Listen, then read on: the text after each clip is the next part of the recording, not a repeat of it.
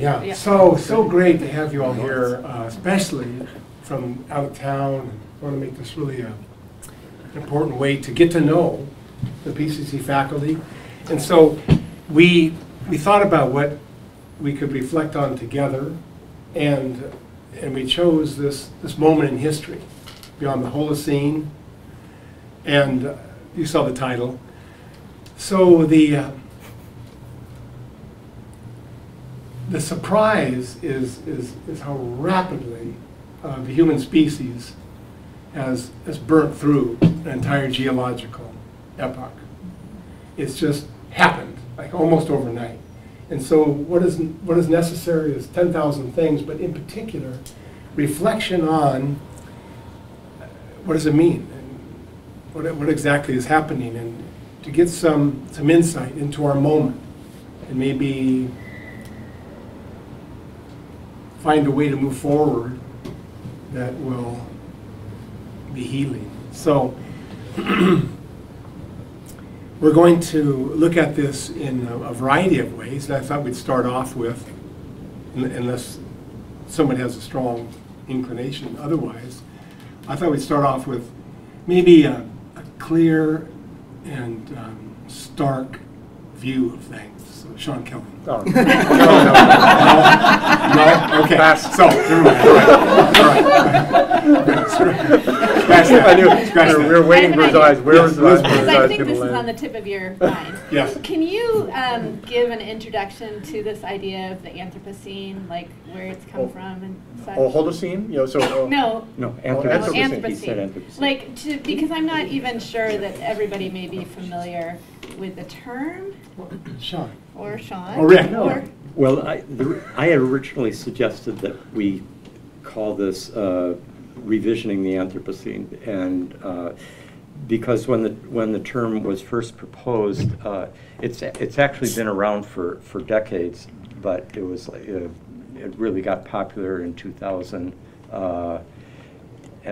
and now there's hundreds of peer-reviewed papers and conferences and stuff about it. And as you know, your mentor and teacher, former teacher, Carolyn Merchant's doing a salon on it in this next few days in Berkeley. So it's very timely, and the reason I thought it's the term itself is carries all the ambiguity, the moral ambiguity of our moment in some ways, because while it was proposed with the point of view of human beings have just, as a single species, have just had this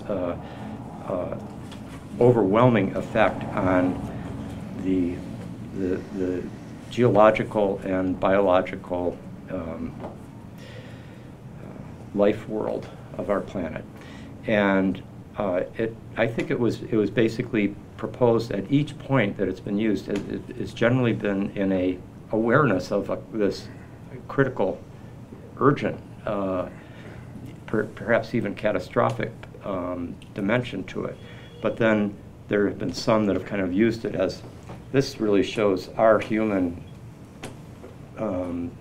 power in the larger community of the planet, which they wouldn't particularly think of as a community, because generally people who have that think of it as more as a kind of object to exploit rather than a community of subjects. So I just thought that we could approach this as a faculty, because we think so much about this moment in history and the particular combination of the critical effect of human beings and a large segment of human beings, as Matt carefully put it, not necessarily all of humanity, but a certain part of humanity is having an outsized effect on the planet. And at the same time, there is a certain, let's just say, unique nobility about the human experiment too, including the fact that we are reflecting on this crisis and that we mourn the death of species and things like that. So it was trying to carry that ambiguity into the discussion from the beginning. Does that cover your concerns, Dr. Ellis? Sometimes when I've spoken to students, this has been a new term and a new concept. Yeah. So before we pull apart the concept, I wanted to make sure that the concept was substantially present in the room. And so maybe I'll just add to. Please. The concept, as Rick said, has been around probably for decades under a variety of different names. It was a Russian scientist. Yes, right? whose name escapes me. Vernadsky? No. There we go. Something Yeah. like that. Yeah. But gained traction in the early 2000s at a meeting of the International Geological Society, I believe, where someone just sort of burst out with, they were discussing observed changes on the Earth, in the whole Earth system, and whether the observed changes merited a new geological time name. And someone burst out with Anthropocene, Paul Crutzen. And I think Eugene Stormer had proposed it independently around the same time. So it started as a geologic term to be applied very specifically to when there's a clear difference in the rock strata. So it started with this very technical meaning. And but then humanities people and social scientists and everyone else started to take up this term and debate it, and debate whether it should even be called the Anthropocene or what the meaning should be. So I feel like there's a couple different meanings out there. One question that is open apparently among geologists is whether we can notice a new layer of rock strata, or retrospectively, and then another question that is perhaps more pertinent to this group is whether we're in a qualitatively different phase of humanity, which we're probably more able to debate than the rock strata per se. But I think it's important to recognize the different places that the term is coming from. And so when Rick proposed this title, then I immediately said, whoa, like, I don't even want Anthropocene in the title of this panel because I have a big objection to it. Who are these anthropos? Who are these men that this age is going to be named after? Which men are they? Are they all men? Are they some men? Are they generic men? This is a question. Is it the hubristic idea, like, wow, look at us, we're man triumphant over the earth? Or is it, holy cow, look what humanity can do? Anyway, it seems to be quite exclusionary. There's been a lot of feminist critique of it around that idea, and just around the question of who is it referring, if we call it the Anthropocene, who are we referring to? So those are some questions. And there have been a number of other names thrown out there: the Capitalocene, the Plantationocene, Holocene. the Holocene, which, yes, exactly, one of my props right here. Highly recommended Donna Haraway staying with the trouble when in which she proposes the term Holocene. Reading that in my class this semester. Oh, good, yeah, okay. What about Anthropocene? Exactly, yes, that's been thrown out. Yeah. So I think at the humanistic level, we need to think about what we want the term to do or what we want it to signify. So it may, at the rock strata level, it may signify one thing, but as a term that is publicly discussed, what would we like a term to signify? And that's why I said, like, why not the Ecozoic? Like, why aren't we calling it the Ecozoic? So that's a question too, I think. I'd like to point out the difference between Ecozoic, though, and then I'll be quiet because I want to hear everybody else. But Ecozoic, see, Anthropozoic, sorry, actually that's another term that was thrown out earlier, in earlier decades. But Anthropocene is an attempt at a descriptive term, but Ecozoic is a prescriptive term. It's more of, it's something that Thomas and Thomas Berry and Brian set forth as a hoped-for possibility, as something that may be fulfilled but might not, and that there was a possibility of it being a technozoic instead of an ecozoic, and so they're kind of two different animals in that sense, as well as one refers to an epoch like Holocene, and the other refers to a whole era like Mesozoic, Cenozoic, etc. Yeah. Can I, before we leave the sort of definition Yeah. of just what the Anthropocene means, I wanted to think about it a little bit more, because I think the debate over when the Anthropocene starts and what the Anthropocene means is actually really illuminating. You have, when Crutzen, how do you pronounce his name? Crutzen. It's one of those things that I've only ever read. So that's so when Crutzen first proposes it in his 2000 proposal, which was then written up in the bulletin of I think it was the Geosphere Biospheres program or something like that. Yeah, he was a chemist, I think, atmospheric chemist. Yeah, well, it's really fascinating about him is Crutzen proposes it, and he says the Anthropocene begins back in the 18th century with the invention of the steam engine, right? So he identifies it with James Watt's invention of the steam engine, which leads to this tremendous effort to extract and consume coal. And you can detect this in, he's interested in changes in the Earth's system, but you can detect it because carbon emissions get frozen in little ice bubbles in the Arctic, right? So initially, he's interested in just saying anything that disrupts Earth systems at a big level, right? So the cryospheres, the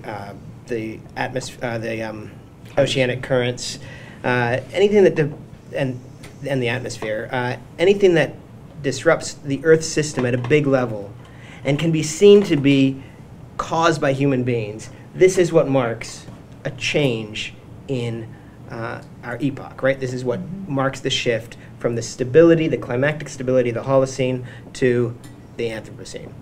So that's his initial movement, and he identifies it with the steam engine, which incidentally Bergson had said 100 years earlier. He says when people, 500 years from now, people aren't going to remember the wars we fought or anything like that, but they're going to say this was the age of the steam engine, the same way we talk about the Iron Age or the Stone Age or something like that. But like 5 years later, right, he then comes out with a different set of identifications and wonders if maybe it shouldn't be, if the Anthropocene doesn't commence around the 1950s. Because now you can start to detect around the globe radiation, and particularly effects of thermonuclear testing above ground or atomic testing, atmospheric atomic testing. But that's a different question, right? You're looking at something different. And so he's already switched to having a different set of values drive which facts you're selecting. And that's it's kind of what I want to get at is everyone's trying to find, like, what are the facts that let us say, here's where the Anthropocene begins. But there's a value bound up in which facts you choose for when this thing begins. So it's already this mix of fact and value. And just a final bit on Crutzen is he's also one of the first scientists to model for us what the effects of a nuclear winter would be. So before he ever started talking about this, he was thinking about other forms of destructive, apocalyptic capacities that human beings have unleashed. So there's already this humanistic, political, ethical reflection bound up with this concept, and yet the concept also determines some of those more than I think. It's not just descriptive, right? It's the Ecozoic is clearly prescriptive, but the Anthropocene's got prescription built in it too, and you can see this in the way that Crutzen and a lot of his colleagues, when they adopt the term, what they see it as is not a call to, say, moral and spiritual transformation, because this is what we brought the world to. It's, for them, as far as I can tell, largely a call for increased human management over the Earth's systems, including, he's called for heavier investment in research and development of biotechnical interventions and geoengineering and things like that. And that's that's, I think, one of the things that I want to think about with relation to the term is it's not just describing that the human beings become a geological agent, it's also saying, and that's the role we inevitably have now, and so we need to take the reins and change it, whereas I think some of us have concerns over that, I'll say. Indeed, indeed. I'd like to underscore your collapsing of fact and value. I think that's something that we do see significantly in this moment, whatever we call it. And biophysical scientists have worked diligently and are diligently trained to be objective and to not include any prescription in their statement. To just say, this is happening, you know, whatever it is. This animal is growing like this plant is here, this plant is there, or it's not. No prescriptions. And increasingly, it's impossible to report on the state of the earth in a non-prescriptive way. Like even if you say 2017 was the hottest year on record, that actually is implicitly prescriptive. It just inevitably is these days because of the extent of human intervention into the global systems. And so Bruno Latour, my other prop, is really noting this collapse of fact and value and noting that it becomes increasingly impossible to say anything about any of the measurable biological parameters on Earth or physical parameters on Earth, actually. So there's a famous paper from 2005 that was revised and republished in 2012, looking at the parameters, 8 or 12 parameters in which life functions on Earth, and how planetary close, boundaries. Thank you, how close we are to apparent planetary boundaries, and they divided them into different sectors, and it's a real rough estimate of a lot of these things, but to just try to, they were looking for safe operating space, like how can humanity live? And again, they were reporting on what is, but then they called for safe operating space. I mean, that's prescriptive. So this is a really interesting thing, I think, that we're seeing in these current decades, this collapse. We have first of all, just point out with an interesting tension here among us, with the idea that there is such a thing as a description without prescription, and the notion that actually any description contains prescription, can escape from the hidden values. And I just want to emphasize the tension, the differences. So for the drama of... I'm feeling it, Brian. Good, okay. Sean, jump in. Brian, real quick, am I correct to say that quantum physics says the same thing, has the same problem? No, you're not. Descriptive? No, you're not correct. Like wave particle, that's not prescriptive? No, it's not. But you know, you haven't introduced yourselves. Like Johnny Rose, she's sitting here wondering who the hell are these people? Why don't you one line, and. I'm Elizabeth Allison. I'm core faculty in philosophy, cosmology, and consciousness. Okay, that's a little bit redundant. Everybody here is core faculty. I'm kidding. It's a standard. No, it's very, very important. Thank you. It's very artsy to launch in and then introduce yourselves right. like 15 minutes later. Yeah. Very These artsy. are the Very characters. artsy. Postmodern. Yeah. Very postmodern. Very postmodern. Characters in a drama. Yeah. Speaking about themselves. I'm Matt Siegel, adjunct faculty, and I work in the provost office here as well. I'm Jake Sherman. I'm chair of the Philosophy, Cosmology, and Consciousness program. You are? Oh. Okay, lady. Sorry, I didn't know The that. fourth regime. Now, some of us are hurt that we are Late passed to the over, party. Lydia. Trying to focus on him. Okay, what about me? Why don't you introduce yourself, Yeah. Brian? Yeah. I'm Robert McDermott.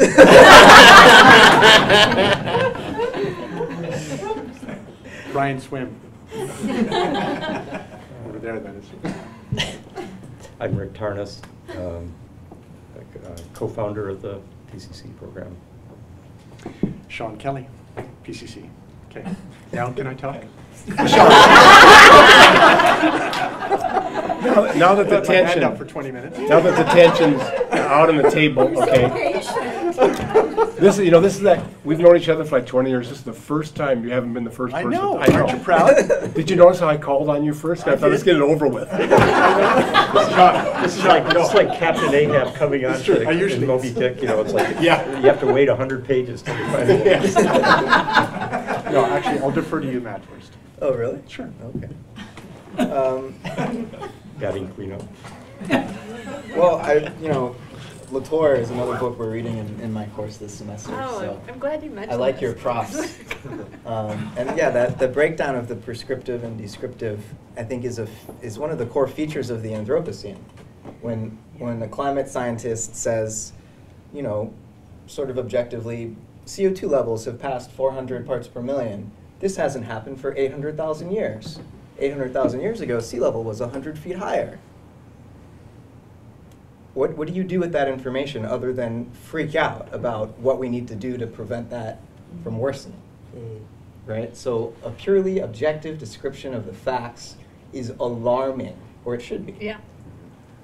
So that, I think, is a constitutive feature of the Anthropocene, that boundary that modern people thought they could preserve between objective facts and subjective values.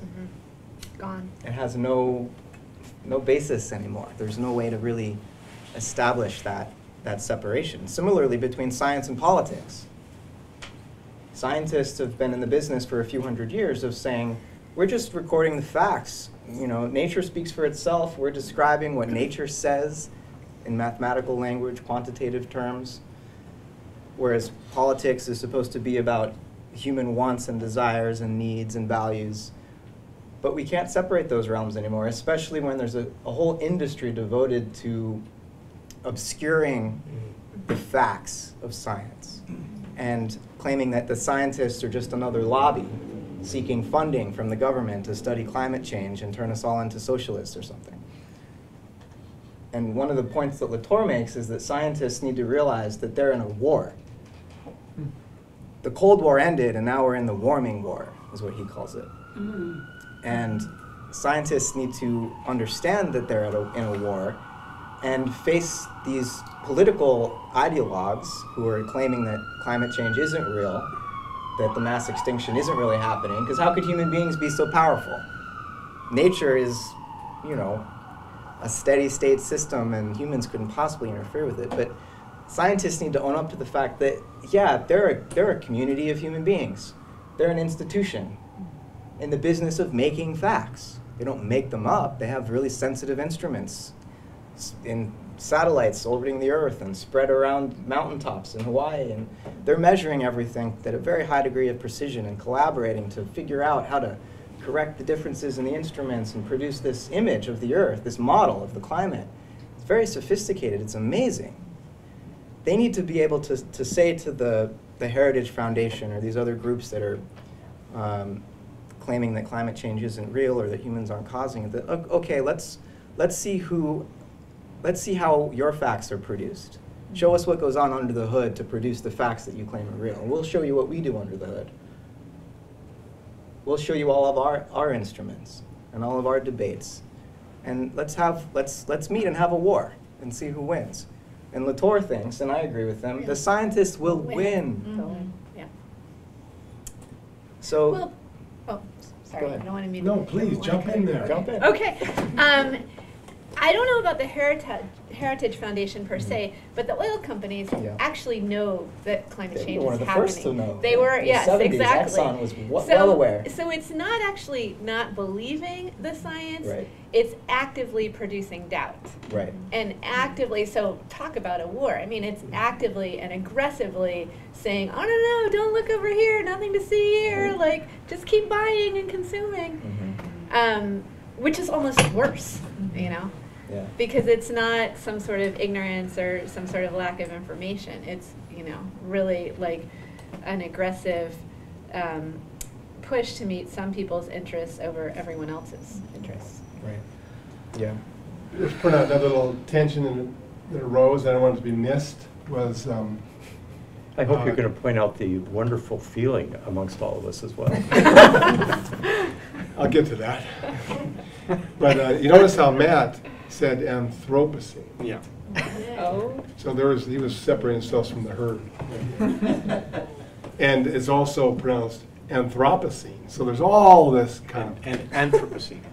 Yes, exactly. So we have the warfare take place on every level. Well, I'm glad to hear what just went by, because I was hearing you at first that it almost sounded like you were saying that that we shouldn't speak of facts or the real situation, because the facts are always contested and we can't separate them from values and so on. It sort of sounded like that at first, but then from what you were saying, I realized, oh no, that's not what you were saying. So I was happy to hear that. Now, I mean, so there are facts, which, to be strict, would be just readings. Readings of CO2 levels, numbers of populations of animals, and so on, and extrapolations. But where it gets less certain is what we can expect over the next 10, 20, 30 years. Because we look around now and we say, well, how different is the situation? We might say, well, it's really warm for late January or beginning of February, whenever it seems unusual, but we could chalk that off to just, well, it's warm.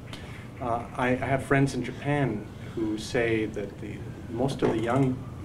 majority of the younger people aren't concerned about climate change because nothing seems to be different yet in Japan, even though if you're in Kyoto, the summers are so I think a lot of people, it's different if you're in some small islands, or if you're in maybe even in Texas and Florida now, maybe the people are changing their mind. So my point is that, I have a colleague, Guy McPherson, who is convinced that human species will be extinct within 30 years. Now you may laugh. Yeah, but but there are many intelligent people who are predicting fairly imminent catastrophic collapse of civilization and many. So there's that end. Then there are those who say no, things are bad, but we have the technology to avoid the worst, and we might actually be able to turn things around and have a radiant, transhumanist future. So that part is very contested. But what isn't contested to my mind, and that I like to focus on, is to me, the striking fact is that we are on this threshold where, for the first time, it seems, the history of the Earth and the history of the human have revealed themselves as integral to one another. So we can no longer speak of Earth without the human, in the sense of without the Earth bearing an indelible trace of the human, from the radionucleotides to the persistent organic pollutants to the fossils of extinct species to buried cities, et cetera, et cetera. That's there for the foreseeable future, for hundreds of thousands, if not millions of years. So no Earth without human, but we also now know, in the face of our own imminent possible extinction, that there's no human without some kind of flourishing Earth community, right? Unless we can have some version of the Ecozoic. The human, as we've known it, throughout the historical period, the last 5,000 years, and the last 10, 12,000 years of the Holocene, that is probably over. Right? So this, to me, is the fact. The real fact is and this is what I like about the term Anthropocene, or Anthropocene, or Anthropocene, is that it's an invitation and a real call to rethink the nature of the human in solidarity with the Gaian community. So I've been, instead of Holocene, which I don't like personally that term, I've been proposing Anthropocene, the Anthropocene, to show the mutual dependence and implication of these two terms. So that's how I approach it. I could say more, but I don't want to hog the space. Maybe in a certain sense, we have this interesting moment when, wow, we're a philosophy program, and yet we're thinking about the human in terms of the Earth.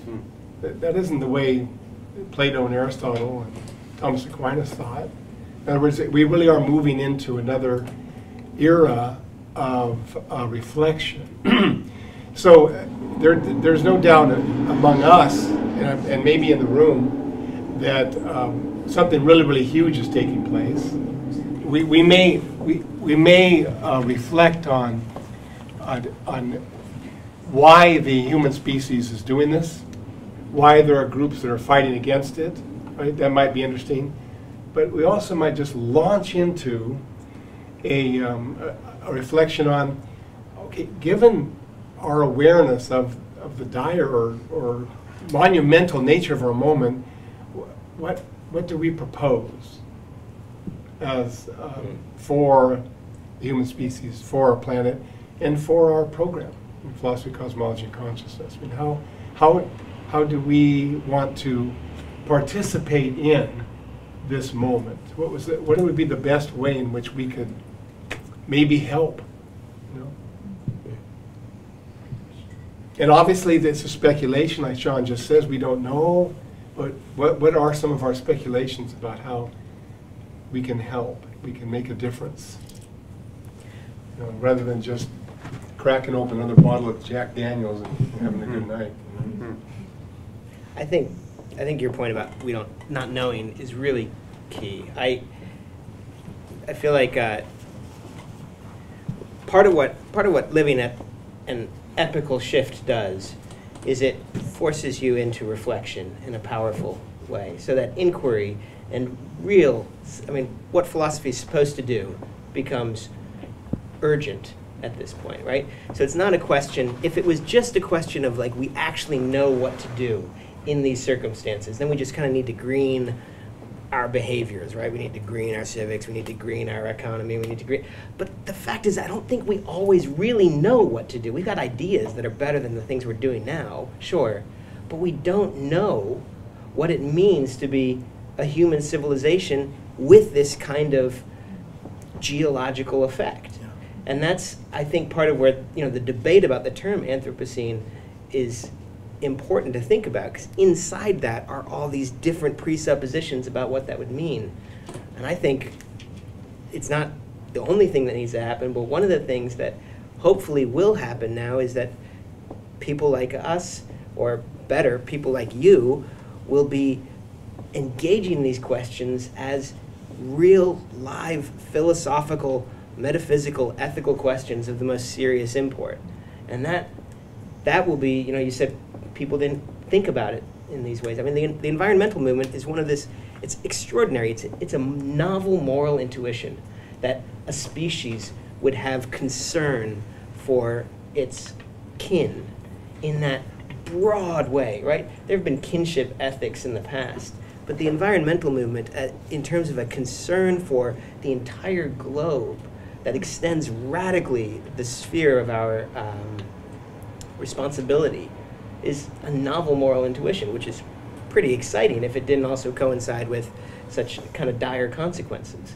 Yeah. So I think that's one of the things that needs to happen, is we need to really, it's a call to moral, ethical, and intellectual transformation and inquiry. Inquiry, yeah. It raises a lot of questions for me about what the human being is. We've kind of got a sorcerer's apprentice issue on our hands, and the sorcerer is not coming back.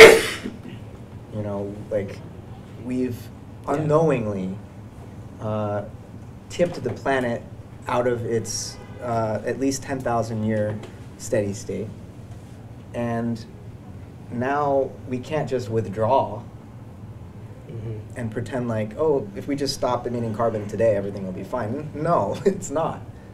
So as we wake up to the fact that human beings have fundamentally altered the planet at a geological level, some environmentalists would say, oh, well, we just need to withdraw. And some geoengineer minded people would say, well, we need to really get our hands even deeper into this thing and start sucking carbon out and putting, reflectors in the sky. Yeah, giant mirrors in space, or sulfur in the atmosphere to reflect this, like all sorts of proposals that are terrifying because governments are going to start acting, and we could make the situation even worse. But the thing is, we have to act. We can't just withdraw. And in terms of the question of human identity, at least in the modern period, human beings have defined themselves and their societies as striving to find ways to master nature so as to afford human beings more freedom. And so our whole sense of what it means to be human has been based on that kind of dualism and that kind of domination over what we assumed was just an inert background that we could pull resources from to feed our own societies and economies.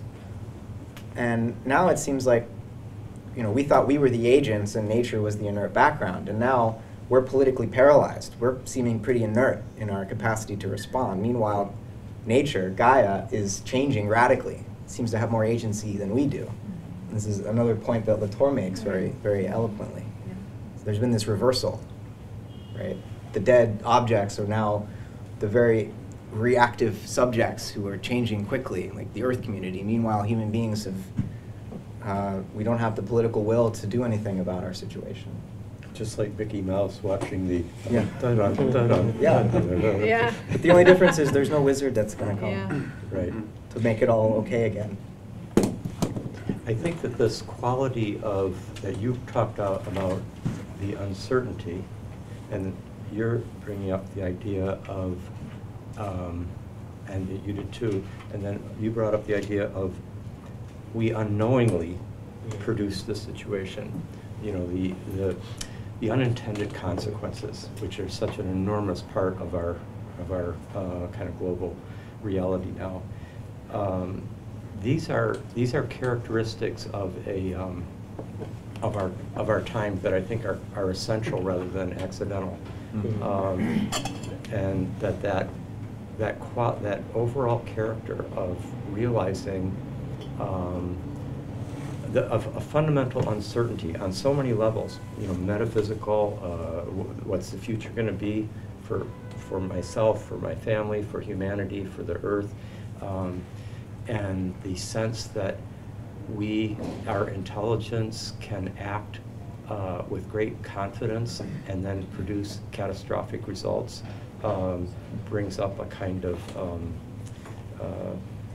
there's like a feedback that awakens us to our finitude and our fallibility, and our living in a cloud of unknowing. And all of these qualities, as well as the encounter with our planetary mortality, all of these features of our moment, which are so central, are also features of any deep initiatory rite of passage where you're in a death rebirth, you're facing a death rebirth threshold. And nothing reconfigures moral values and existential strategies more than a near-death experience. I mean, it is like, it's the ultimate, it has the ultimate influence. And so in terms of, say, what can we do? One is to bring reflection to that moment in the way we are right now, and in other ways that we all continue to do day by day here in this community. Another is to go deep into those experiences of fallibility, finitude, not knowing, facing our shadow, the kind of remorse, grieving for the state of suffering that humanity has, and parts of humanity have caused. All these are kind of classic qualities of a radically transformative moment in any spiritual and moral journey. And so, in a sense, that's it's embracing that moment and entering humbly into it and with as much courage as we can muster is, I think, a big thing that we can do. May I follow that? Of course, Because it's thematically related. Chuck. Yeah, as you know, in most traditional contexts for initiation in indigenous cultures or even in historical, axial cultures where there's initiation rites and so on, there's always a sense of a goal that's a lure, that acts as a lure, and the possibility of a new identity that is valued as, or intuited as a wider, deeper, more precious identity that gives us courage to face the darkness.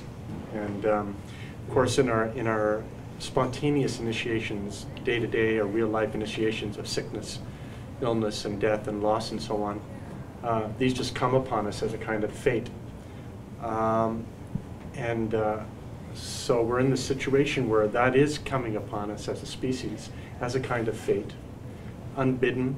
But I'm wondering if, I know for me personally, I think one of the reasons why I don't just fall into absolute despair about this, I have maybe other more selfish reasons to fall into despair sometimes, but for some reason this has not completely crushed me yet, is because I have these glimmerings of a deeper identity that is luring this process. So even though it's unbidden, at the same time I wonder, if maybe it's not totally unbidden. Something is wanting to happen, has been trying to happen, and the way that I've been thinking of it is that Gaia herself is struggling to awaken as a higher form of individual. Who is in some sense distinct from us as individuals, but who can't live without us as the individuals who also carry, that consciousness. So, to the extent that I can cultivate these moments and help others cultivate moments of feeling continuous in their personal identity, their personal space, with the wider identity of Gaia, that gives me, grounding and hope, and even occasional, joy, if I can have joy in these situations. Yeah, can I build on that? Yeah. Or are you? Well, no, go ahead, and then I can add later. Okay. Because it's completely related, I think that we are beginning to see what you're talking about, and not just philosophically, but scientifically also. So one of the big discoveries of the last decade or so was about the microbiome of human beings, and how we're composed mostly of not human cells, actually. Yeah.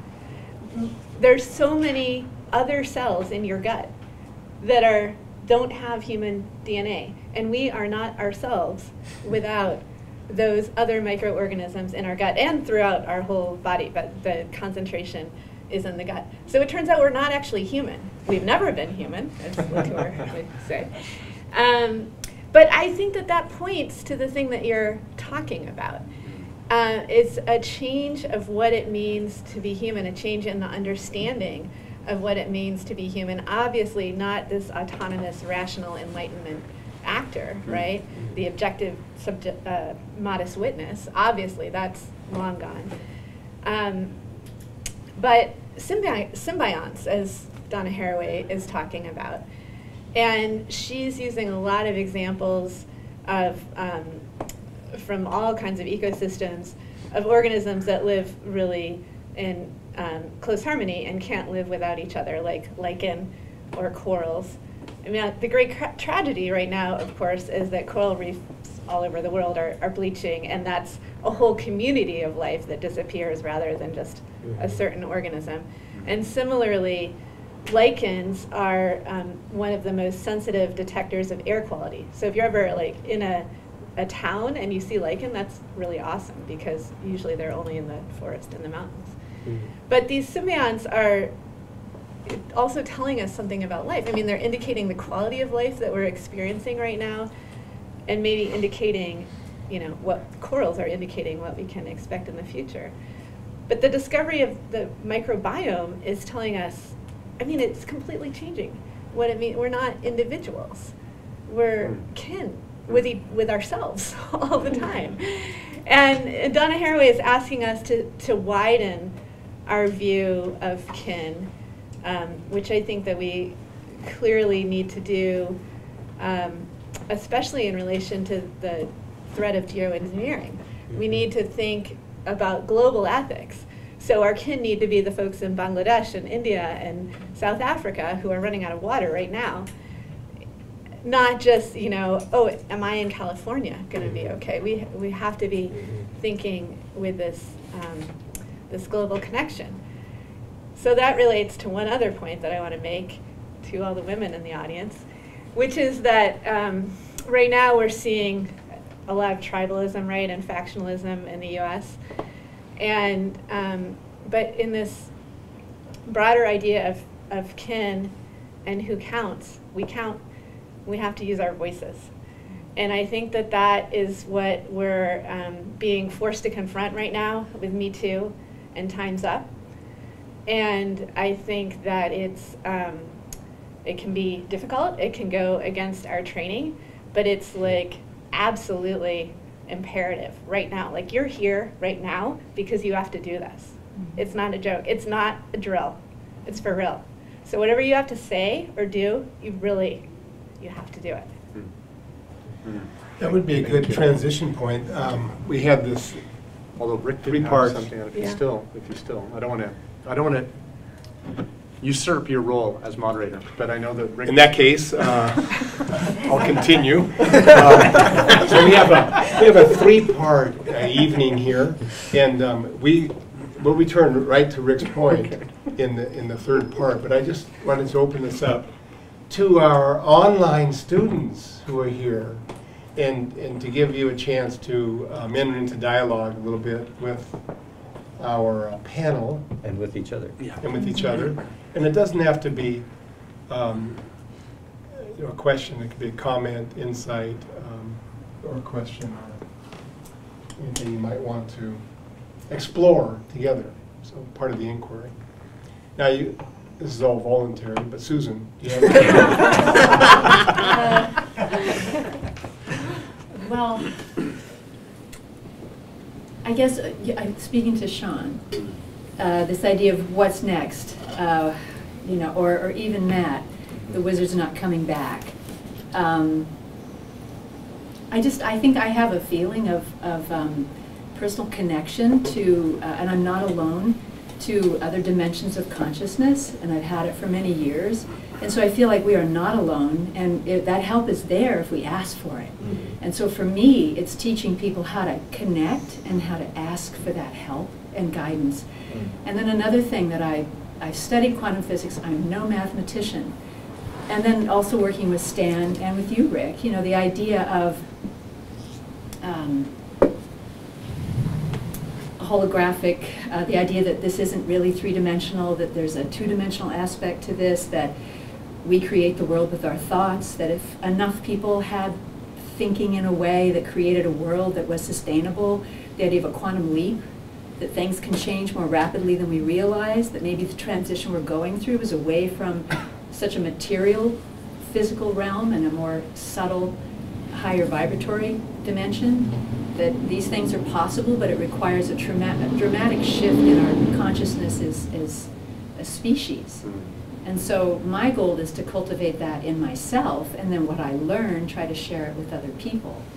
And I'm really excited to be part of this group because I feel like everybody holds a piece of the puzzle, and when we all get together, we start to get a fuller picture of what's possible. It's the most hopeful thing I've heard tonight. Yeah. Beautiful.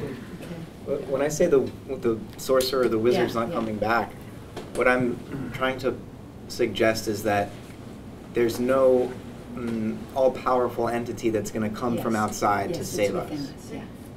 It's us, and it's building relationships with other humans. Yeah. I mean, first of all, we've got to accept everyone into the human family who's a Homo sapien.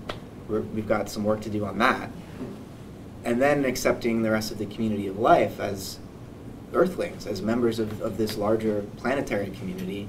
And once we welcome those other forms of life into our community, there's help there for us to become more whole. And our true identity as humans is actually not human in some isolated special sense. To be human is to be of the earth. And if there's any help in this mess that we've made, it's by connecting to our relations on this planet. I totally think my ontology, my theory of reality includes subtler realms, but I kind of see the beings that hang out up there, so to speak, they want to be involved here. Absolutely.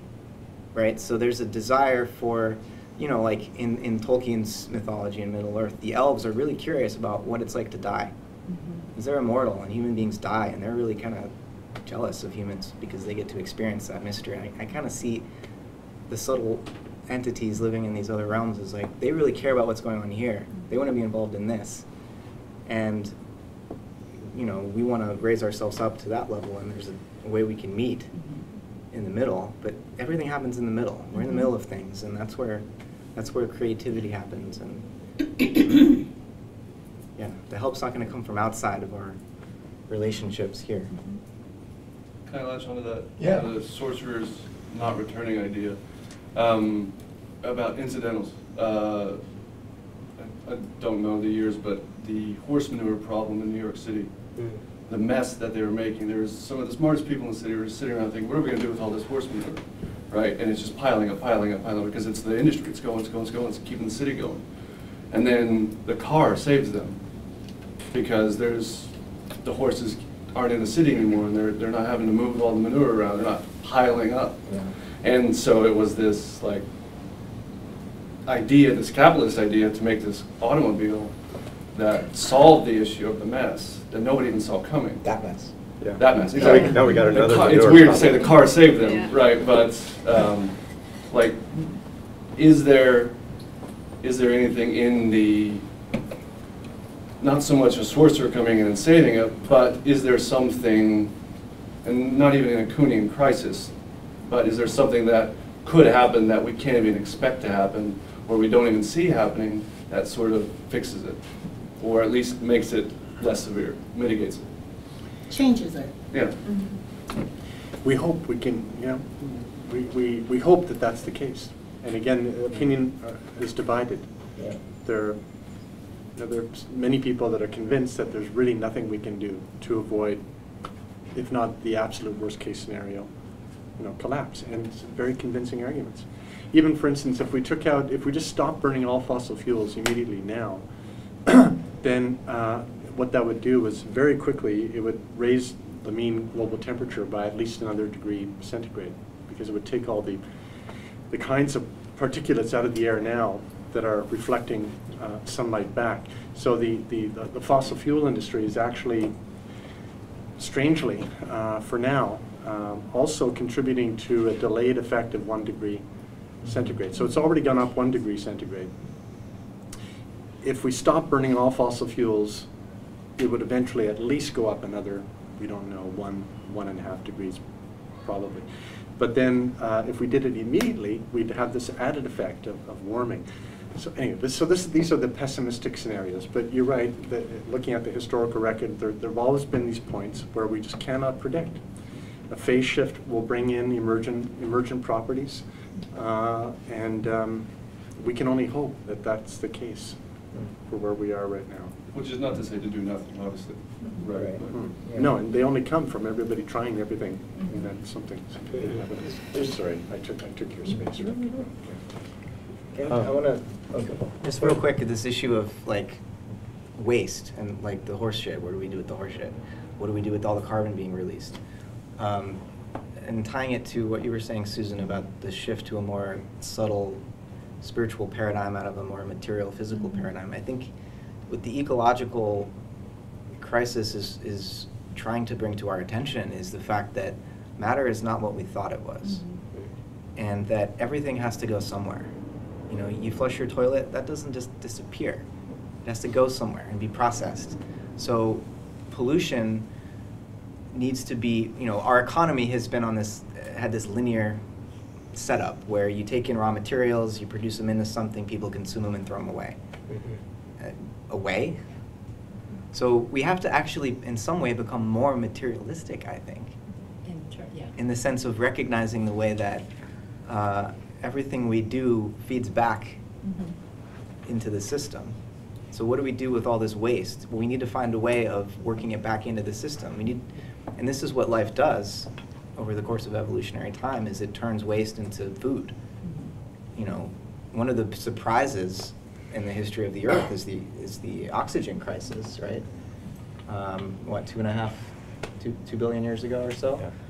Where anaerobic bacteria are producing all this oxygen. There wasn't any life form that could breathe that until all of a sudden a new form of life evolved, aerobic life that could use oxygen. And oxygen's a really powerful element that enhanced the capacity for living organisms to become more complex.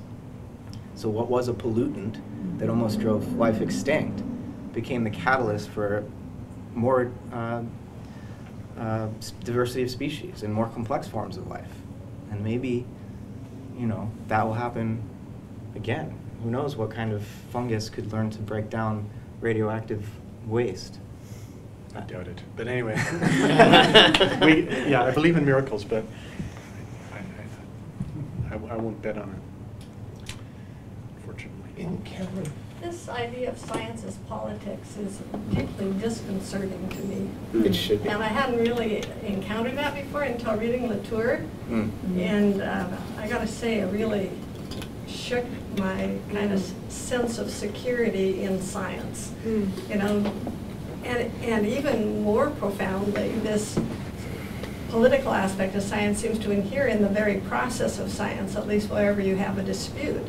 You know, it's not a question of uncovering the truth. It's not a question of some sort of empirical demonstration of the fact. It's a question of who can get enough, the most resources, who can garner enough allies, who can build, you know, and demonstrate the efficacy of the most sophisticated equipment. But that doesn't necessarily, well, I think I can even go farther than that. Latour thinks it doesn't translate to nature. I mean, it's just very upsetting personally, because I keep thinking, well, science will come to the rescue. You know, science always will, always does somehow have a solution. And science is the problem. I mean, at least the way that science is being conducted sounds like it's the problem.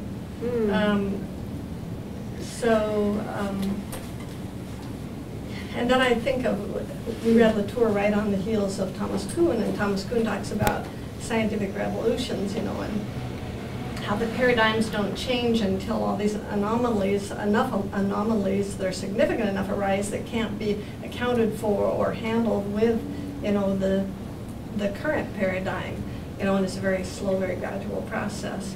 But even that assumes, you know, some degree of scientific honesty.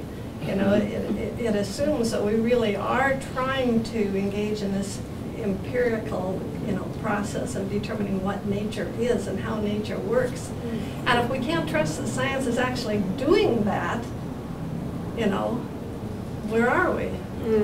But who can't trust the science though? I mean, well, I would suggest, I mean, and we can talk a lot more about this tomorrow in class, right? I imagine we will, but for those of you who haven't read Science in Action, Latour shows this Janus face of science. And on one side he says it's science in the making, and the other side is ready-made science. So ready-made science is what we mostly receive through textbooks or newspapers or journalistic articles as like, here are the scientific facts. That's the ready-made science. And Latour, as an anthropologist, wants to get behind those ready-made facts and say, how are the facts made? And his explanation of that is perturbing Catherine right now. I don't think, though, that he's suggesting that the scientists are not acting in good faith, or they're not seeking to know more about how the world works. But what he wants to point out is that facts solidify when more people agree. And when more people agree, facts solidify. So it's not just, in his estimation, it's not just that there is a pure nature out there that we can exactly get to with the best instruments, but there are all these social processes going around, and so the example of how the model of DNA as a double-strand helix came about, you know, there were a bunch of competing ideas about it, And then more and more people started to be persuaded by the double helix, and indeed that did match the observations. And so it goes in both ways. The material reality of what's being observed has to match the theory to encourage people to support that theory. And the theory becomes more persuasive when more people buy into it. Yeah, and I think probably one of the reasons that it perturbs me such as it does is because I have some, personal experience in the medical field with a daughter who has some chronic medical issues, and have dealt with medical professionals for a long, long time. And I shouldn't generalize about neurologists, for example, but it seems like we've had so many instances where they're not concerned in the actual history of the person. They have some kind of paradigmatic solution that they want to impose on this particular set of, kind of statistical parameters, as it were. And they're not evil, and I don't think they're not malevolent. They're not trying to, make her situation worse. But then they don't have an open mind or an open heart to what's actually efficient and effective in this particular case. And it just blows my mind that they can't see what's right in front of them. So there is a nature, there's a person there. And so it sounds like what you're calling politics is actually getting in the way right. of the doctors observing her. Well, and it's very complicated, There are issues of liability, and there are some uncertainties, and there are, you talk about any particular approach to any medical issue, and there are, good faith differences of opinion. But I guess I've just run into that too many times where a physician isn't willing to say, okay, well, let's actually look at the facts of this. Tell me how she responded to this. Let's trace that over a period of time. Let's actually, try to figure it out in her individual case. So I hope and I believe that the course you're enrolled in with me will give you some tools, actually, for speaking back to that, because you'll have a sense of some of the dynamics going on in that scientific mind and what is persuasive or what are the inroads, because we're going to look at critiques of science as well.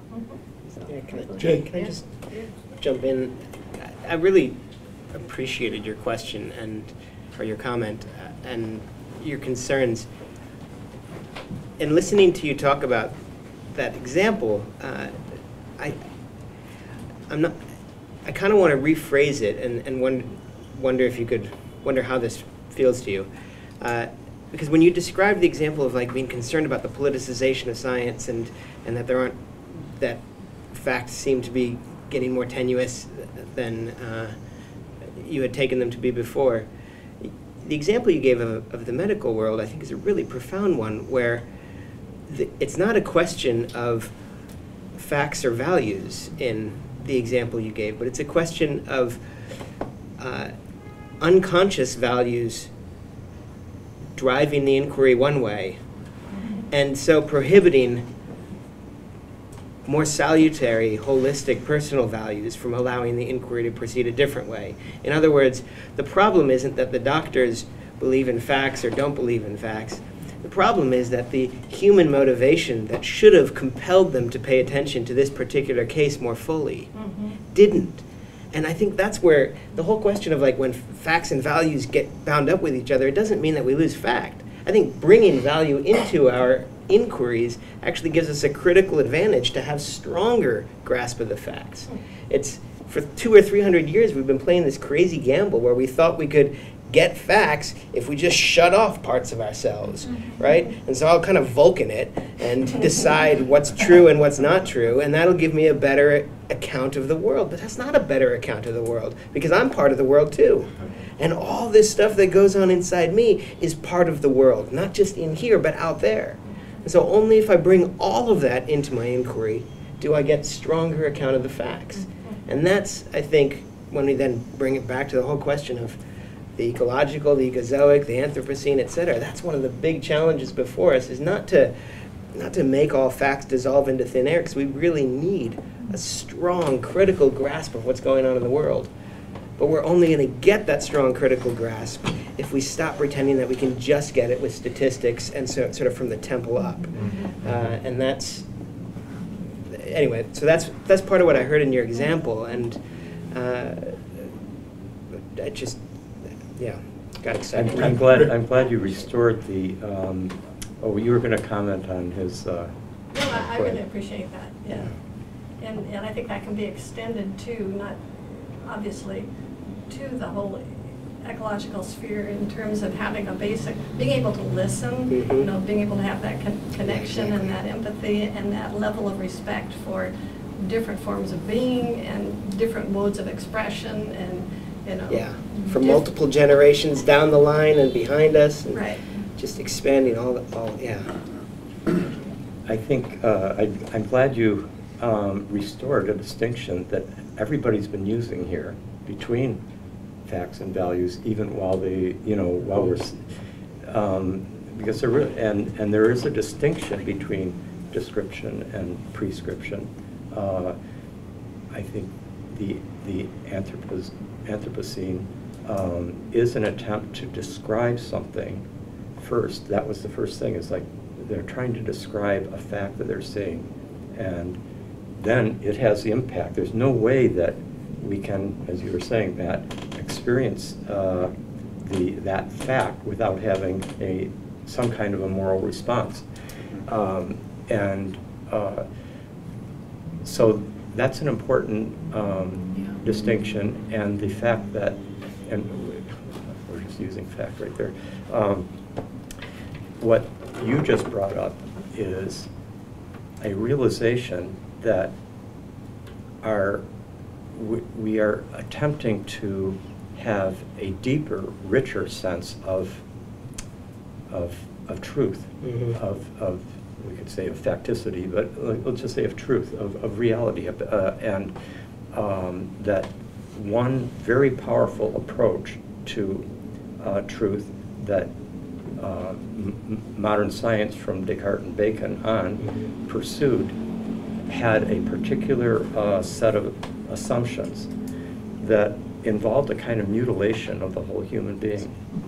And one of the things that we've been trying to do here in PCC is restore the wholeness of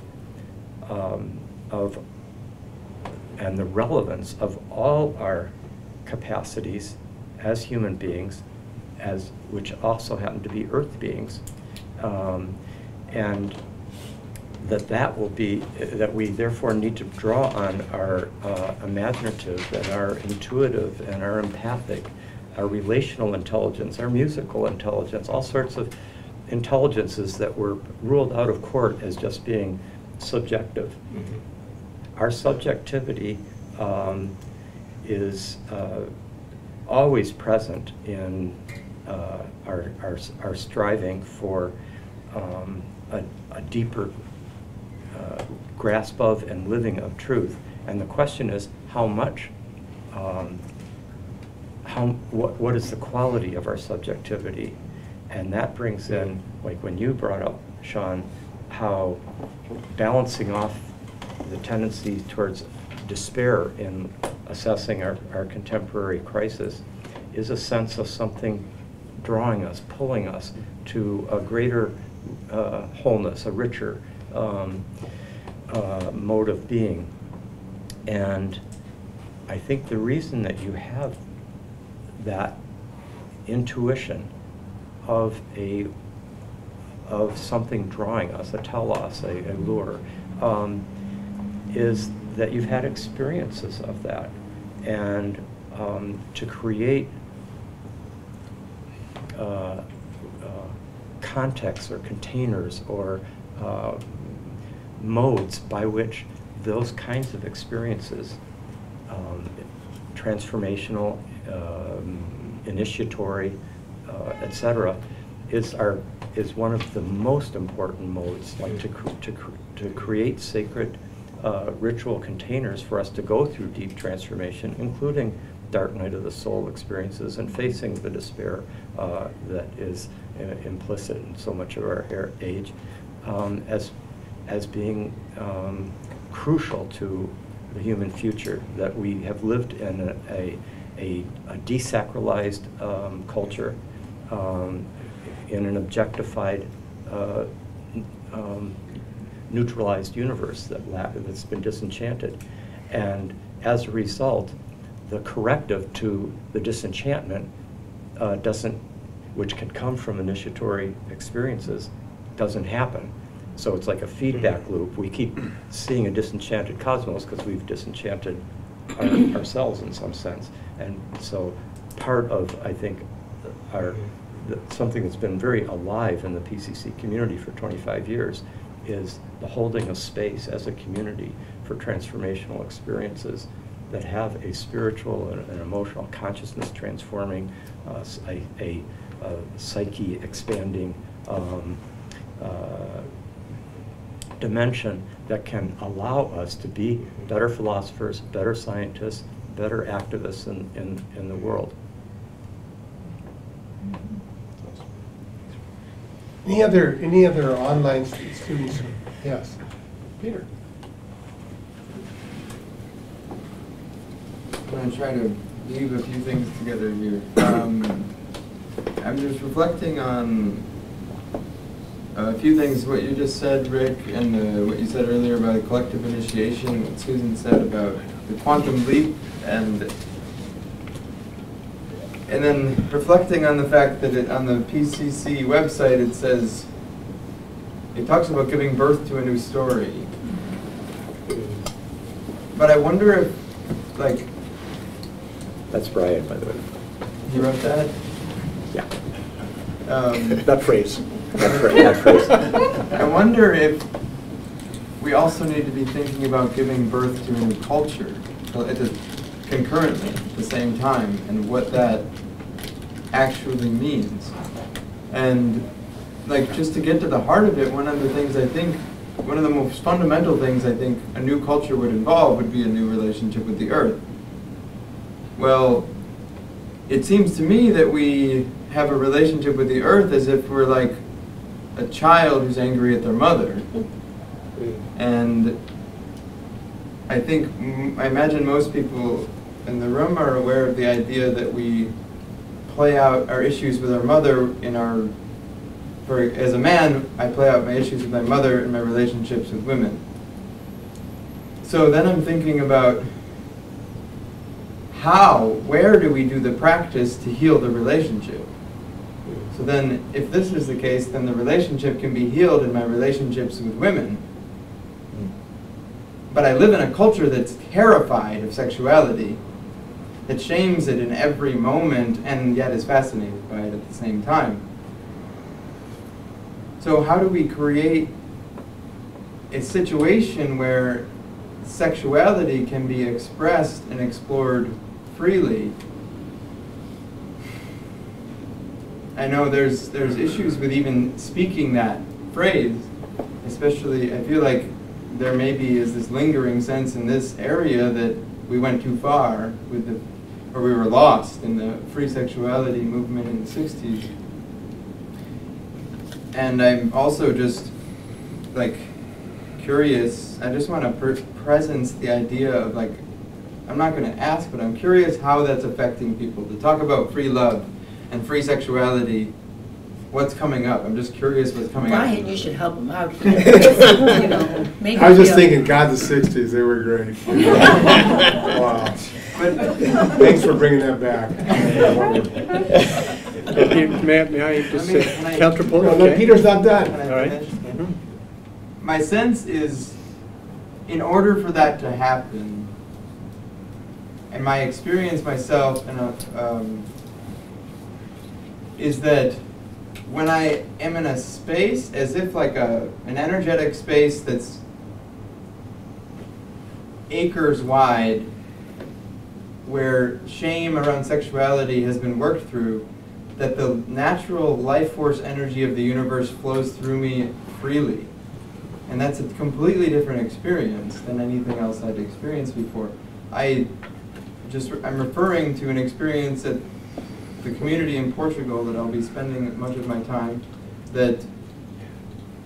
and just presencing again the idea that I want to bring these two worlds together because they feel symbiotic. Like PCC is potently creating a new story, and Tamara's focused on it from the other side, from how do we create a new culture, like how do we materialize it, manifest it. And I think that it's that sense of trust that can allow for that quantum leap that Susan spoke to, or that collective initiation to happen. Because I notice in my own initiations that if I don't trust, I don't surrender, or I surrender less. So I'm bringing in the idea then of how do we create that sense of trust. Very cool, very cool. Sean? Who knows? But I mean, you know, honestly, like, who knows how we can? So many possibilities. I wouldn't claim to know how you know, make a suggestion of how one could do that. But as you were speaking, something else was constellating itself as a kind of voice that wanted to enter into that discussion.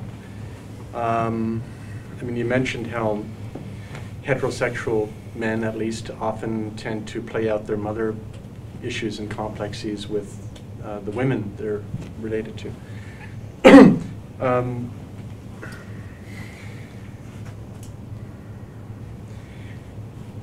One of the things that's happening now, as you know, is the Me Too movement. There was the '60s. There was women's liberation in the '60s. I mean, there was Rick knows his history much better than I do. The whole history of women's suffrage. But there's a resonance what's happening now with what was happening in the '60s and other moments, but a big resonance between now and the '60s. One of the things that's coming up now in a big way that I see is that how can we have trust and free up sexuality when women are afraid for their safety, you know, being abused, attacked, can't walk, you know, alone at night, when women's work is ignored, you know. In other words, the patriarchy is still so alive and oppressive that you know, it's one thing to talk about, imagine, you know, freeing up sexuality in a utopian community isolated from the patriarchy, even though we know from experience of utopian communities that try to isolate them from the patriarchy, they're usually dominated by men. But so I'm just, you know, I would like to see this concern that I share about liberating sexuality and developing trust. I would like to see it woven in with the very real sort of political nitty-gritty reality of the continued oppression, subjugation, and abuse of women. Yeah. Here, here. Yeah. Join Rose. Not required. Yeah, definitely. I would like to tie some things that some people said and then what I feel about it overall. But I definitely feel, I agreed with you, Susan, when you said that to like start with yourself and then you help others in that way. And I definitely agree with how Brian says that we need to find our role and our purpose as human beings, because I feel so many people, they don't really know their true purpose. Like many people think they have to go to school, get a job, start a family, and then just kind of take care of that family, and that's all they do, and they their full-time job gets them on this everyday schedule, and then that's their life until they die. So our value and our purpose needs to be found, because just like how Elizabeth says that we need to broaden and widen our kinship, and that's something I hope to do, because I hope with money or anything I get if I'm successful, that I hope to put it back into the earth. Like I would love to buy land and then, you know, get some windmills and solar panel and just be very selfless. But an ultimate goal I have is to be not like a mother and a father, but to like all of the lands, like a guardian, because somebody has to do it. So I feel more people need to you know, have a sense of responsibility for other people. And in that sense, since we all are connected, whether it be to an ultimate Gaia or something, just like how ants are doing stuff, like I see a lot of things in like different levels, and like, you know, bees are doing stuff, we're doing stuff, but like we're all collectively doing stuff to make up like this kind of point, this at the very top. So this this understanding, or this becoming aware of that, I feel could help people find a purpose. And then if we had a purpose that was more selfless, I just feel it would be less stress on ourselves too, because we wouldn't have to worry about like just us, because we're like, you know. But that's what I wanted to comment on. Very nice. Very nice. Matt. Well, I was thinking about kinship too, and this need to, you know, Peter, as you were speaking, recognize that a transformation needs to happen at every level. It's not just we need a new economic model, or it is, but what would that mean? It might mean looking at what the nuclear family model has been. Capitalism and single-family homes where everyone gets their own car and their own TV, or 5 TVs, one for every room, you know, like that model of how kinship should be formed is very limiting and very resource intensive. And a lot of repression goes into maintaining that type of family system. It's also, I think, a source of great, you know, a lot of people do enjoy parts of that, and it's lasted for so long, I think, because there's a light side to it, even if there's a shadow. But I think you're pointing out something important, which is that the sort of transformation that our species needs to move through will also have ramifications at the level of our sexuality and the way that we form kinship beyond just the family structure that we've known it, as we've known it for thousands of years, or if not hundreds of years at least, under capitalism. So that's kind of, it gets to the core of our wounds as modern people. And looking at those wounds and potentially finding ways to heal them will free up a lot of creative energy. How we go about doing that, you know, I don't know. Before, Helmut? Kirkland. Kirkland, sorry. Close though. Really close. 2 syllables. Starts with. Step up usually. When my Alzheimer's becomes really obvious, then will you laugh at me as well? It's incipient now. Come on. Only with affection. Kirkland. Any reflections before we go into our last segment? I'm stuck in something that Matt said that I started blinking my eyes like toads in a hellstorm when you said. Wow, that's a great expression. Oh my gosh, I'm keeping that one. Maybe we need to be more materialistic. Maybe we need to be more materialistic because that has been. There is, guys. I'm gonna just remove all doubt, Matt. You got me. You have to fix this later, but maybe science has had the luxury of indifference, and it's time to kind of wake up to the battle and recognize that science and philosophy and those of us who deal in all the states, from sexuality beyond, maybe it's time to wake up to the indifference that the comfort that we've enjoyed in the materialistic. I enjoy it. Start taking away my toys. Let's go plant a tree, but there's comfort. And I think there's something to begin to. I don't like the word campaign, but that's all I got right now. Maybe start to campaign on.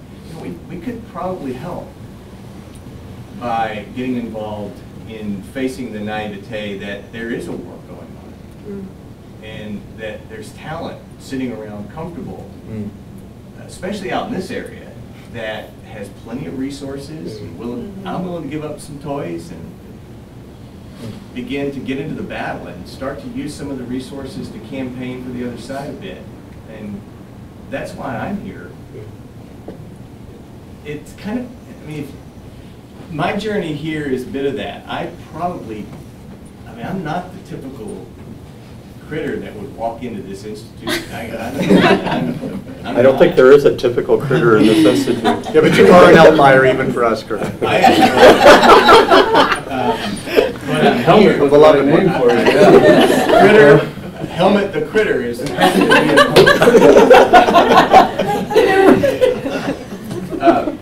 so that's got me spinning a bit. Yeah. Because I actually think there's really something to this that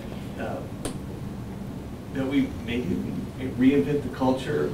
A friend of mine named Ted Cochran said the best definition of culture is how we do things around here right now. And sometimes you get a critter that walks in the door willing to do something with resources. We ought to take advantage of that. I think we ought to maybe look around and see who else wants to get in the fight that's just comfortable. So that's what was sticking with me. Yeah. That. Well, I preface my comment that we need to be more materialistic by saying that matter is not what we think it is. Yeah. That's right. It's not what the modern mind has assumed. It's not just dead inert stuff. So we need a new image of matter, a new way of imagining materiality that's more relational and that's, you know, from my point of view, panpsychist in the sense that matter has an interiority all the way down. And so when we're dealing with, you know, a chemical reaction, that's a meaningful and purposeful process. There are aims being expressed in a chemical reaction. And I think consumerism is the wrong kind of materialism, kind of throwaway culture, because that's not actually paying attention to what matter is.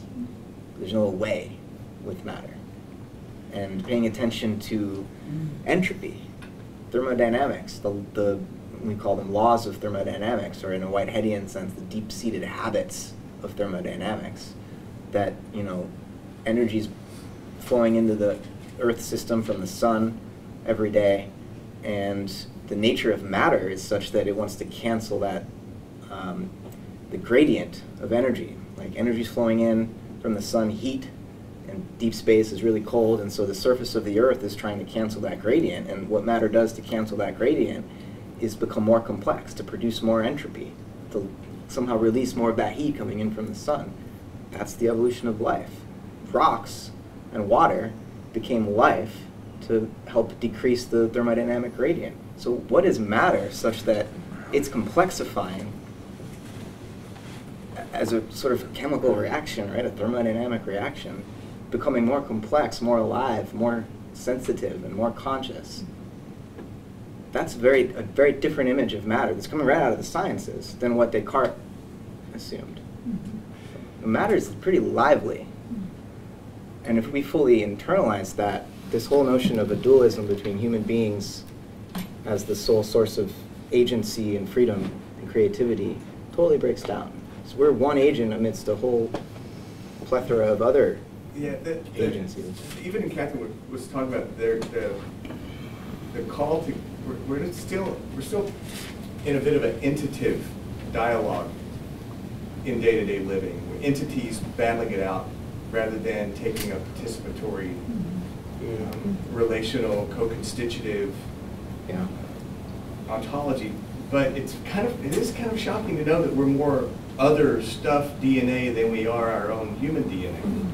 That's certainly another wake-up call. The human beings are more non-human DNA than we are human DNA. Ought to wake the conversation up a bit. Yeah, wait till you see your dreams tonight. Thank you. Last part. Here's the last part. So let me summarize pretty much everything that's been said. Right? You want me to get away with that? Yes. I wasn't sure if I'm you were ready joking. to get Yeah, we're all ears, the right? notes of the- Yeah, like I could. the whole But I mean, thing. like, just pick up one thread, and that it is that we're in a time of enormous danger and transition, the ultimate meaning of which escapes us. But what does seem to be clear is that the change and the transformation is at every level, and that it's a new economics, it's a new sexuality, it's a new spirituality, it's a new psychology, it's a new agriculture, all different angles. Now, we focused a lot on the cosmology, which has been great, and look at the philosophy, but the consciousness came up here at this last part, led by Susan. And so here's the question, just as a way of finishing the night off, right? So let's suppose that, like Jake says, we don't really know, so we're inquiring, right?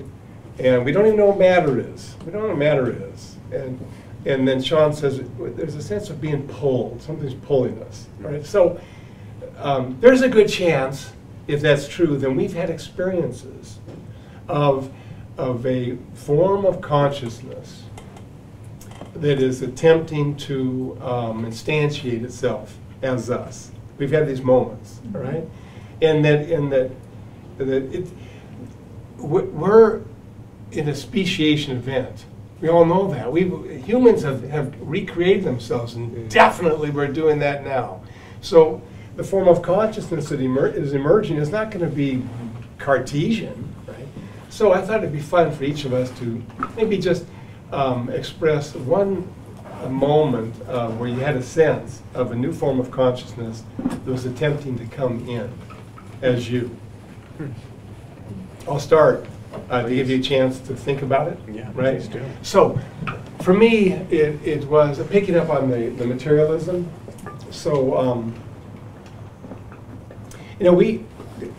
matter, we thought, going back to Democritus, Lucretius, John Dalton, Rene Descartes, matter is just the stuff. And so the idea was that we're made on little pieces of grit, right? And they've been all put together.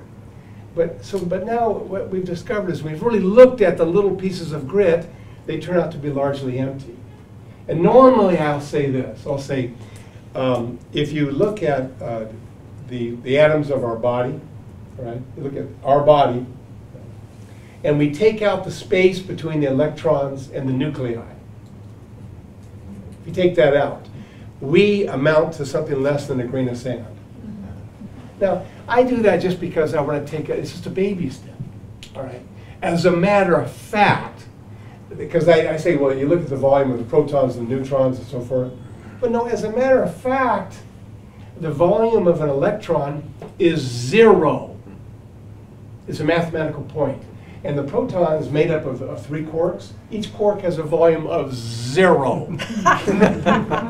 So this is the advanced course, right? And I mean, how to take that in, all right? So how to take that in? So we come foaming into existence out of the vacuum, moment by moment. And now, and so, but it's a 14 billion year flaming forth. That's what the universe is. It's like 14 billion years of flaming forth out of this mystery, and that we are essentially this radiant emptiness. And to have an experience of that, you start to suspect, maybe I'm here for something besides being a consumer. You see, it can sneak in your mind. You realize something different is happening. So that's an experience I think is going to be really common 1,000 years from now. Just really, really common. I'm not saying it's going to change things overnight, but it's going to be the way in which we feel ourselves as a wave within a wave of creativity. And it's not, we won't identify in a localized sense. We'll have an intensification with our body, but we'll recognize we are the entire universe flaring forth. So there's, that's, these different ways in which we experience something new breaking in, you know, and that's why I'm a PCC. Sean, if you don't have one, I'll tell you one. When we're up at the park and you're taking in the sun, and that was so beautiful. Oh. And then the beat of the heart and the heart of the sun. Oh, that one. Yeah, that was good. It was so Tilden Park. But another moment, here's a moment, this is like, must be at least 15 years, maybe almost 20 years ago. Maybe it was 20 years ago. I was at Esalen, and Brian and I were walking back from the, around the dance dome to the lodge or something. But we were under the magnificent sky with the Milky Way just spread across there. And I was asking you about if you had heard about this Israeli astrophysicist theory about gamma ray death spikes or something like that. I can't remember what. And I asked you about Betelgeuse. You remember that? Yeah. Yeah. So, so Betelgeuse can. It's a star that will probably, I mean, quite certainly, at some point go nova. Not supernova or nova? Supernova. Supernova. And how far is it away? How many billions of years? Let's see. Or millions? No, it's only a few millions of years. It's Oh, like, it's 80 years. No, it's 80 light years? How? Close to 850 or something. 850? I can't remember. 850 light years? Roughly. I was going to guess 600, but 600. So it's so anyway, so I asked Brian, so what would happen? miles. What would happen if Betelgeuse went supernova? And he said, well. So picture this, right? We're just alone in the garden at us, and he goes, picture this, Sean. He says, this is Earth. It's like, just imagine what would happen. Picture the atmosphere around Earth.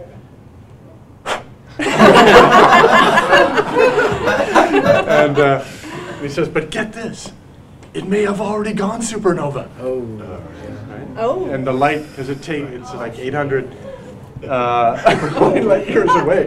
It may all, and we're just waiting for the, right? Wow. But rather than be like shaking in his boots, Brian was just ecstatic with the wonder of this moment.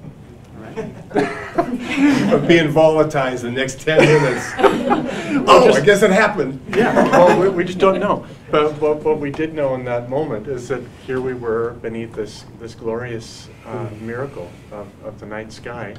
And as we don't know moment by moment, whether the heart will stop, whether the building will collapse, and there's a million ways to go, and they can happen like that. So that is our fate individually, right? And it will be our fate, even if Betelgeuse doesn't go, our own sun is going to expand, burn off our atmosphere. So, as the Buddhists say, the death is certain, it's only the time of death that's uncertain. Right? So, this is my Sun Saturn coming through. Pluto, Moon, Sun, Saturn. No. But the point is that in a community like this, with people who tolerate one's peculiarities of the birth chart, it's possible and necessary and a great gift that we can find these moments of inexhaustible wonder and beauty that convince us in the moment how good it is to be alive. So that's my moment. The non-online PCC world will get a chance to respond after the panel. So I know some of you have been lifting your hands up, and I just want to let you know that you haven't been forgotten. But I just want to give any of our other esteemed guests a chance to speak. If you'd like, again, voluntary.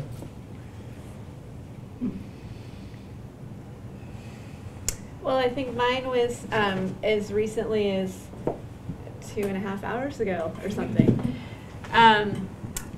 In the practice of forced yoga, which is a very strong, sustaining pillar of my life.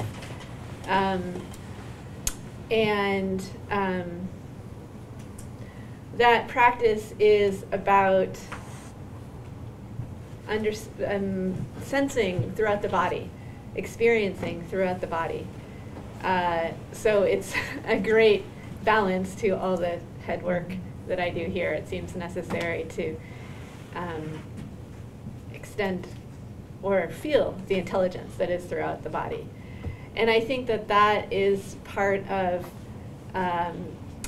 what we are learning as humanity, is that we're not Cartesian heads on sticks, but and certainly not only one kind of human being that can think, but that all kinds of human beings can think, and that we think with our whole selves. And there's been already some conversation about how to bring more embodied knowledge into these questions that we're exploring, or even what are we as embodied beings, because we're not only human.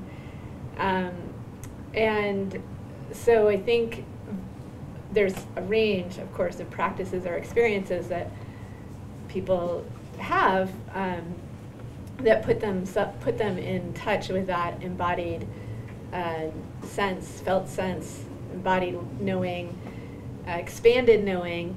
And I think that these are absolutely crucial to our consciousness and our practice of philosophy and our practice of being integral beings on Earth right now. And I think, I used to go to yoga class and I would think like, oh geez, like here I am, taking time out from fighting the good fight and being an activist and changing the world and teaching students and whatever else. And now I realize that that's central to that, and that all the stuff that we've been talking about, how evolution for our species will happen or not, will not happen without those practices. And I'm certainly not prescribing why, I'm only telling you about my own experience. And I strongly believe that different kinds of experiences and practices are suited to different people, and I feel really lucky to have found the teachers and the community that is very suited to me at this time. So yeah, so that's what I did right before coming here, and that's oh, and the one other thing I wanted to say is that the Buddha of the future is the Sangha. That's where we're headed. That's what Sean was pointing to. And when I'm in yoga class, I feel that. I feel a little bit of that.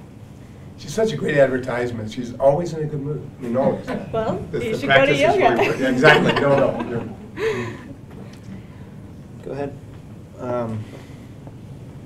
I was going to share something that happened when I was 7 that had to do with death, but I think Sean covered that. So I'll share a story of a moment that shaped me pretty profoundly. I was this was back in 2005. I was 20 years old, and I took a trip over to Israel. And I was at the Holocaust Memorial Museum, Yad Vashem, in Jerusalem. And in Israel, you have to be 18 to drink. So the night before they took us to the Holocaust Memorial Museum, we went out to a club, and I didn't really know that drinking that much vodka would cause such a problem. So I was really hungover. And the way the museum is designed, you kind of have to weave your way through these exhibits of the most unimaginable horror you can't imagine. And I was trying to avoid throwing up because I didn't want to be disrespectful. So I was holding it in. I made it through trying to experience this memorial and trying to hold down, hold my stomach. And I made it through. I got to the bathroom, like threw up a bunch, and then outside there's a garden and there's the children's memorial. And I was feeling a little bit better, but still kind of woozy and in a pretty altered state. So in the children's memorial, you go down underground, and it's really dark, and there's one candle burning, but they set mirrors up around it such that it reflects in every direction.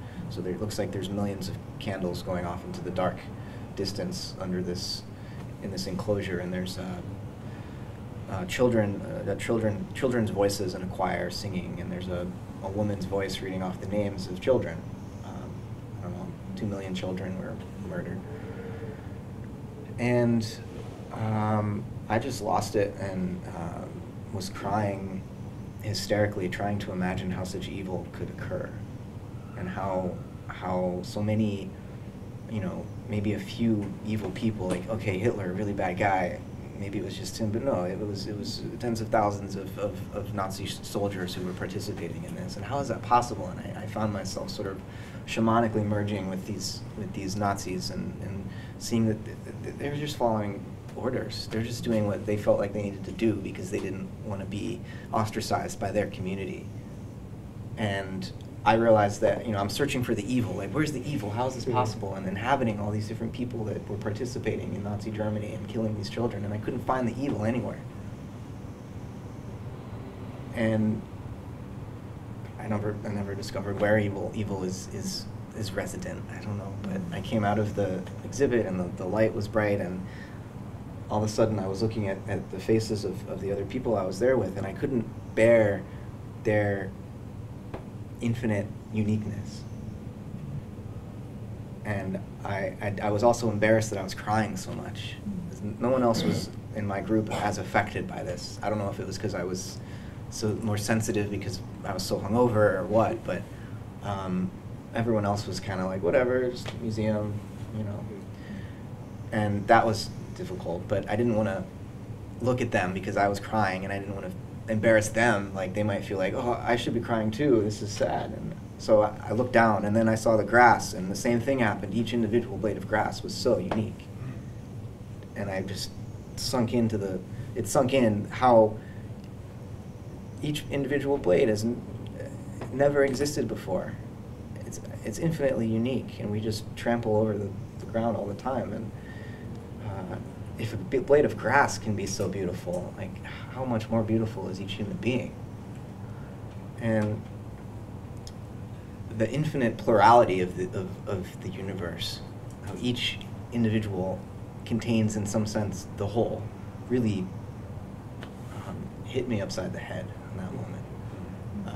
And I'm teaching a course on pluralism, and I think this experience is one of the main sources of my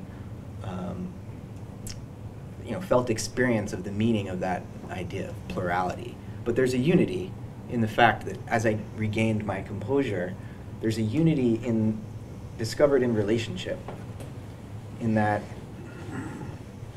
the infinite uniqueness of each individual is only ever discovered in relationship. Like, I'm noticing this individual's infinite uniqueness. They're noticing my individual uniqueness.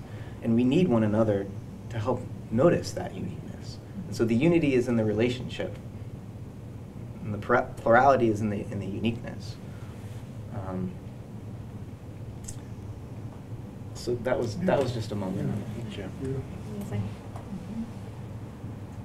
Thank you. Should we keep going, or? Well, okay, no, okay. I just maybe just to include Yeah. Monica, Chad, and Lydia. Okay, we have like 5 minutes, maybe just to. Well, you're. Since we're getting late, I don't really need. There was something I was really wanting to tell you about, but I can skip it if you guys want to talk instead. I can talk later. No, we're happy to. We're happy to. Okay. I'm happy to hear from. Well, I just other wanted people. to say that something has convinced me, or really made me feel lately that it may not really be the case that you're going to die. And I know maybe that sounds crazy, but I mean, Rilke said that there's a line in a poem, and I don't have it in front of me, but humans are perhaps, or in the distinction we make between the living and the dead, angels, it would seem, don't know whether they're walking among the living or the dead. And then I've learned so much about, Whitehead and the fallacy of misplaced concreteness. Misplaced concreteness, or and if you think about David Bohm and all is undivided wholeness and flowing motion, or if you think about, and even though all is undivided wholeness and flowing motion, I see us as all separate because I have these senses and I have this contingency to my being, my living. So what I call living is really just something that is me coming forth and out of and up out of. And it feels like a challenge to feel instead. So that, maybe another essential dualism of this great differentiation that opened up is living in dead. And if you're the light from Beetlejuice, and you look out and you said it's how many light years away? Was it 800? 640, I looked it up. I just checked it. 640. So that's how long it takes a photon to travel, and we measure this really precisely with our instruments. But if you ask the light, how long did it take to get there? It would say no time at all. So this is another sense in which it is, a unity. And how can it be a unity? How am I going to die if I'm once a part of this? I mean, if I'm the unity and I am the part, I'm both, and how do I die? And that was like something I felt. I mean, I've deepened into it with all I've learned, but I had that feeling from looking at the stars like back in 2006, and it's one of the reasons I'm here. It's like I felt, I'm never going to die. And I've told that to people, like my husband and stuff like that, because he worries, he takes vitamins, he's a little like you, Sean, with the concern you feel. I'm like, you don't have to worry. You don't have to worry. You're not really going to die. I mean, how do you know that? I believe it. And I'm like, I know that, No, I believe I'm going to die, but it's complicated. Yeah. But I also believe, as you know, if you've read my paper on time and so on, I believe in both at the same time, which is a longer conversation. Which is kind of cool, though. Yeah, it's like, you can have both at the same time. Yes. Yeah. Not completely, but kind of. Yeah. I'm with you. Okay. Forever. Sorry.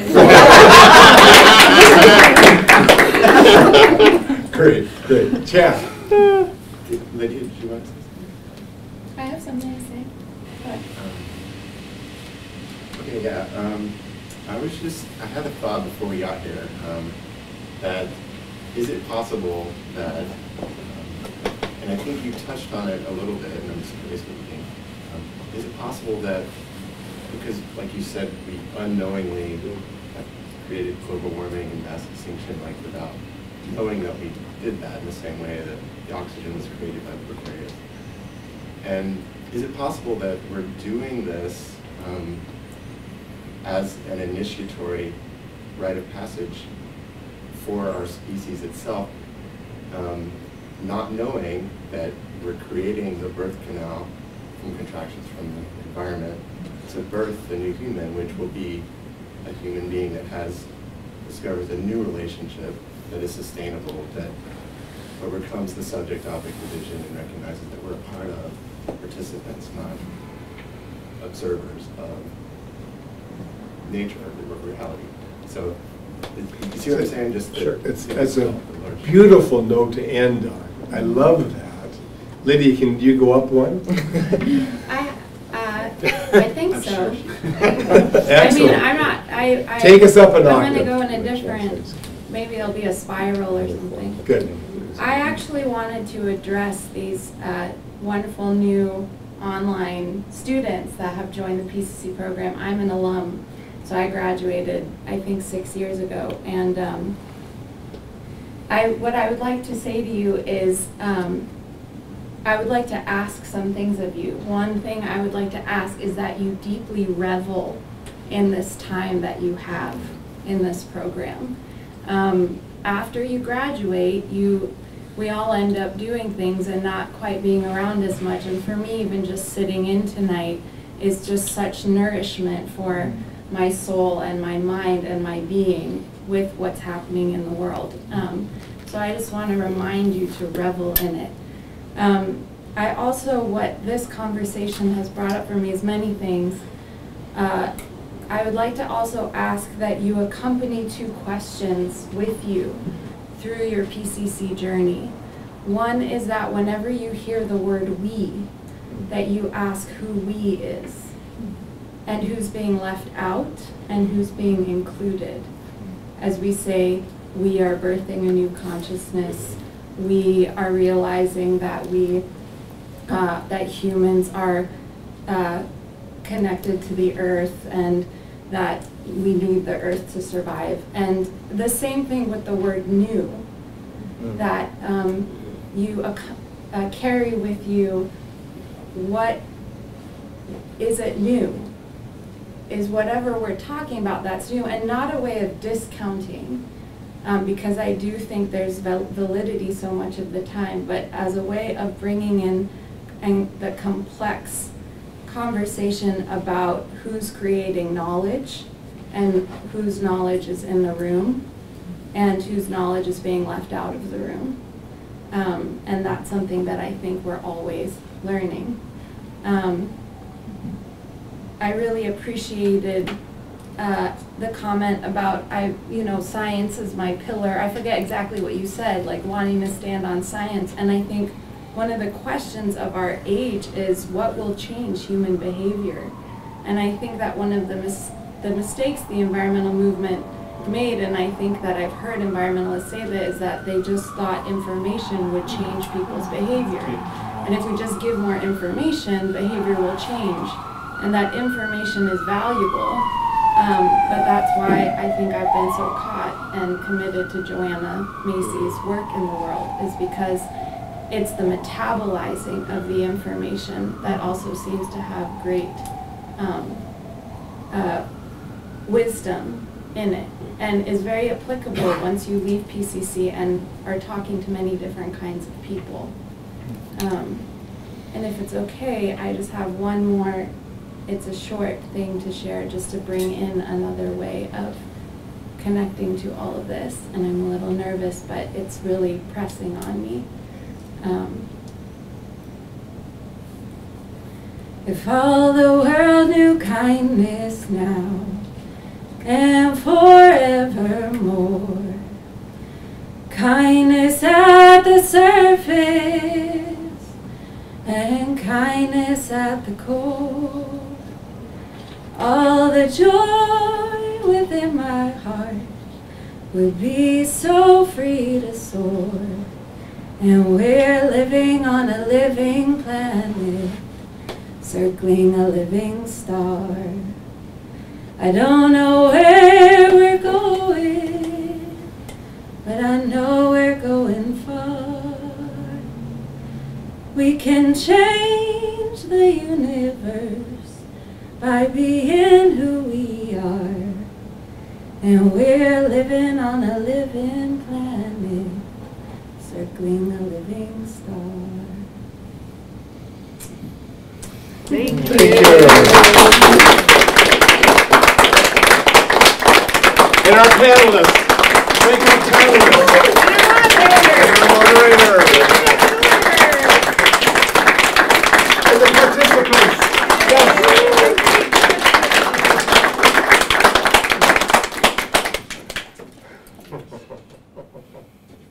Thank you, Oh, Brian. excellent, excellent, gang. Yeah. See you tomorrow morning, 6:30, right here. 6:30 in the morning?